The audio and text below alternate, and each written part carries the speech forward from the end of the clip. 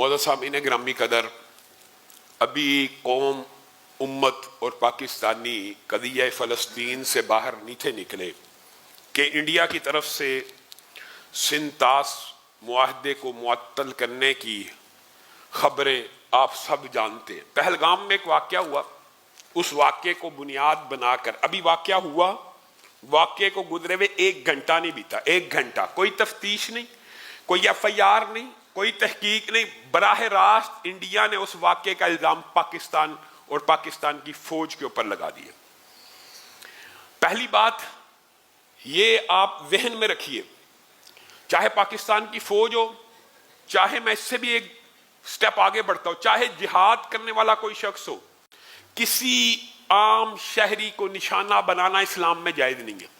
ایک بندہ جو اللہ کے لیے جہاد کر رہا ہے، اللہ کے راستے میں جہاد کر رہا ہے، وہ کسی عام شہری کو نشانہ بنائے گا جس اسلام میں عورت، بچے، بوڑھے، حتیٰ کہ حالت جنگ میں کھیتوں، سبزے، املاک کو نقصان پہنچانے کی اجازت نہیں۔ وہ کسی دوسرے ملک کے کسی شہری جو غیر حربی ہے، جو آپ کے ساتھ جنگ بھی نہیں لڑ رہا، اس کے اوپر حملہ کر کے اس کو جہاد کا نام دے کے اور اپنے آپ کو غازی کا نام دے سکتا ہے۔ یہ دہشت گردی تو ہو سکتی ہے، جہاد فی سبیل اللہ نہیں ہو سکتا۔ یہ کام نہ پاکستانی فوج نے کیا، نہ کسی جہادی گروپ نے کیا۔ ہم یہ تو مذمت کرتے ہیں، یہ پاک آرمی کا کام نہیں، لیکن میں کہتا ہوں اس سے بھی ایک سٹیپ آگے بڑھیے، جہاد کی صحیح روح تو لوگوں کے سامنے رکھیے۔ یہ کسی جہادی گروہ کا کام بھی نہیں ہو سکتا، یہ کسی دہشت گرد کا، خارجی کا کام ہو سکتا ہے، کسی مسلمان کا کام نہیں ہو سکتا۔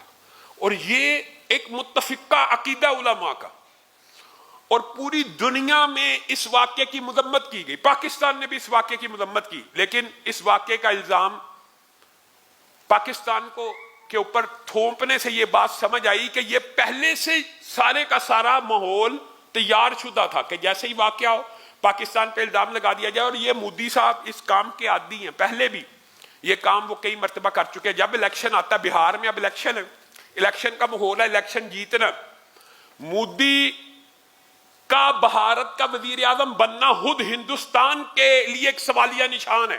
کیوں؟ اس وجہ سے کہ نریندر مودی صاحب سرٹیفائیڈ دہشت گرد ہے۔ میں نہیں کہتا، امریکہ نے ان کے اوپر امریکہ میں داخلے کی پابندی لگائی تھی گجرات واقعے کی بنیاد کے اوپر۔ یہ گجرات کا قصائی آپ کو یاد ہوگا، اس نے مسلمانوں کو زندہ جلوایا، اور اس وقت اس کی اس دہشت گردانہ کاروائی کی وجہ سے امریکہ میں اس کے داخلے کے اوپر پابندی لگا دی گئی، اور اس کو اس وقت سب سے بڑا ظالم اور مجرم قرار دیا گیا۔ تو ہندوستانی معاشرہ، یہ بات ضمنی طور پہ آئی ہے تو میں کہہ دیتا ہوں، پاکستان کے اندر آج تک جن کو یہ انتہا پسند کہتے ہیں، حقیقت میں تو یہ اسلام کا حسن ہے، علماء یہ تو انتہا پسند کہتے ہیں، پاکستان میں آج تک علماء کی جو اسلام کے نام پر بنا علماء کی حکومت نہیں آئی، اور نریندر مودی اس بھارت کے وزیر اعظم بن چکے ہیں جو سیکولرزم کی بنیاد پہ بنا۔ ذرا آپ غور کیجئے کہ وہ انتہا پسند ہندو نظریے پہ ریاست مارد وجود میں نہیں آئی، بلکہ سیکولر نظریے، ایسے نظریے کہ جس میں مولانا ابوالکلام آزاد کانگریس کے شانہ بشانہ تھے، اور مولانا ابوالکلام آزاد ہندوستان کے مسلمانوں کو یہ کہہ رہے تھے آپ کو ہندوستان سے ہجرت نہیں کرنی چاہیے۔ یہ مذہبی ہندوستان نہیں بن رہا، بلکہ ایک سیکولر ہندوستان بن رہا ہے جس میں مسلمانوں کو بھی پورے حقوق ملیں گے۔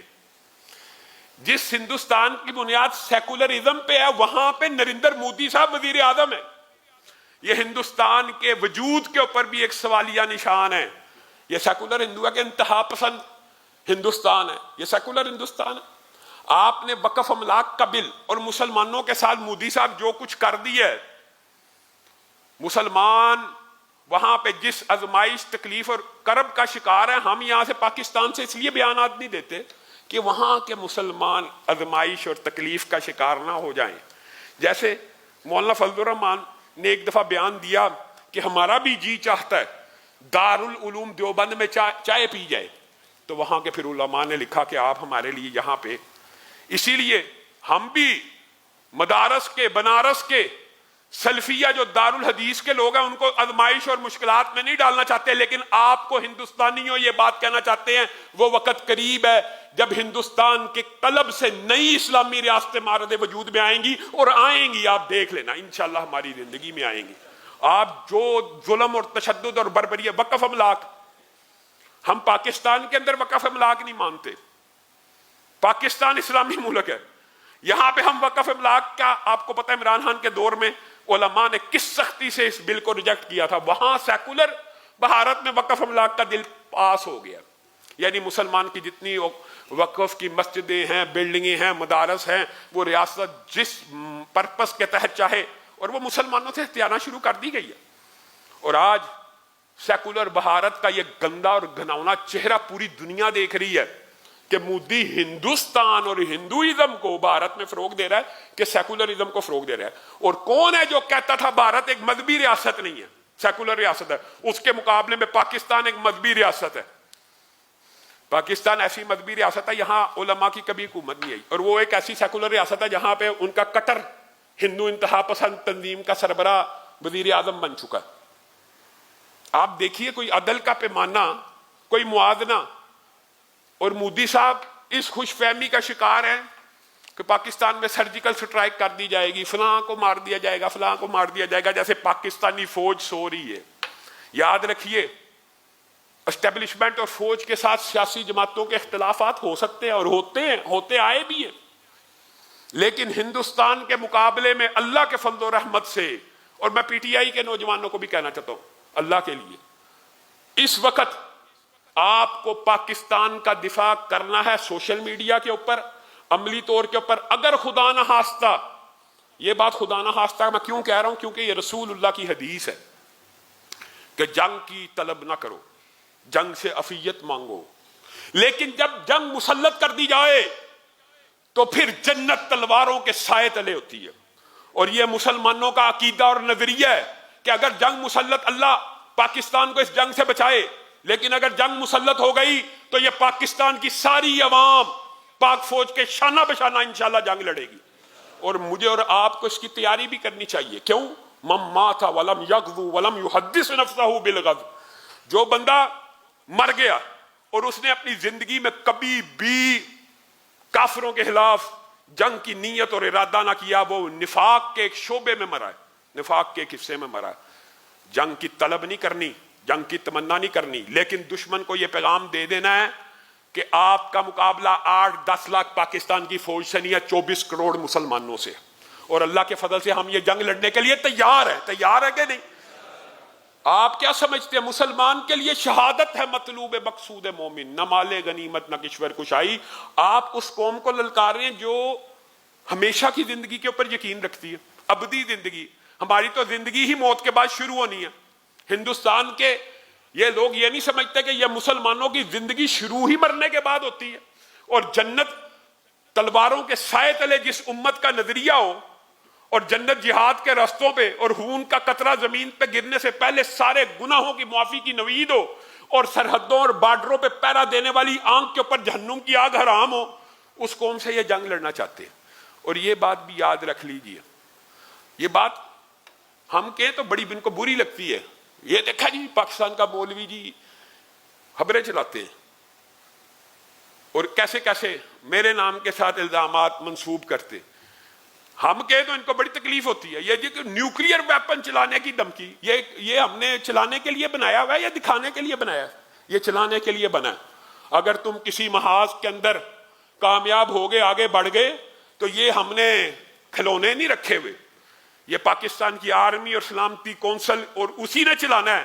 لیکن آپ یہ سمجھ لیجئے کہ یہ چل جائے گا، یہ صرف ڈرانے کے لیے یا دھمکانے کے لیے نہیں ہے، یہ دفاعی لائن ہے۔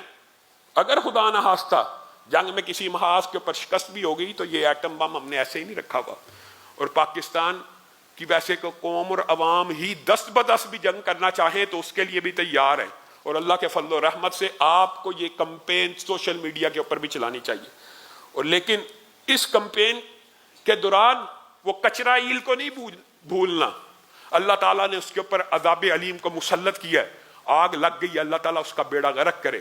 اور آخر میں کچھ اعلانات ہیں، انشاءاللہ آج نماز جمعہ کے بعد ہمارے مدثر بھائی، ان کے ماموں جی کا انتقال ہوا، ان کی غائبانہ نماز جنازہ ہوگی، اور اس طرح جہانگیر بٹ صاحب ہیں، ان کے بڑے بھائی کا انتقال ہو گیا، ان کی غائبانہ نماز جنازہ ہوگی. کچھ ساتھیوں نے دعا کے لیے کہا، خاص طور پہ ہمارے بھائی ہمارے عزیز شفیق ربانی صاحب، ان کے والد محترم بیمار ہیں، اور ایک اور ساتھی نے بھی دعا کے لیے کہا اللہ تعالیٰ ان کو شفائے کاملہ عاجلہ نصیب فرمائے. اللہ تعالیٰ انہیں شفائے کاملہ عاجلہ نصیب فرمائے. اجتماعی قربانی کا حسب سابق انتظام موجود ہے. فی حصہ 32,000 اور فی حصہ 35,000 کے 2 قسم کے حصے رکھے ہیں. اس حساب سے آپ قربانی میں حصہ جمع کرا سکتے ہیں. حاجی اشفاق صاحب کی بیوی بھی بیمار ہے، اللہ تعالیٰ ان کو شفائے کاملہ عاجلہ نصیب فرمائے. سبحان ربک رب العزت عما یصفون وسلام علی المرسلین والحمد للہ رب العالمین.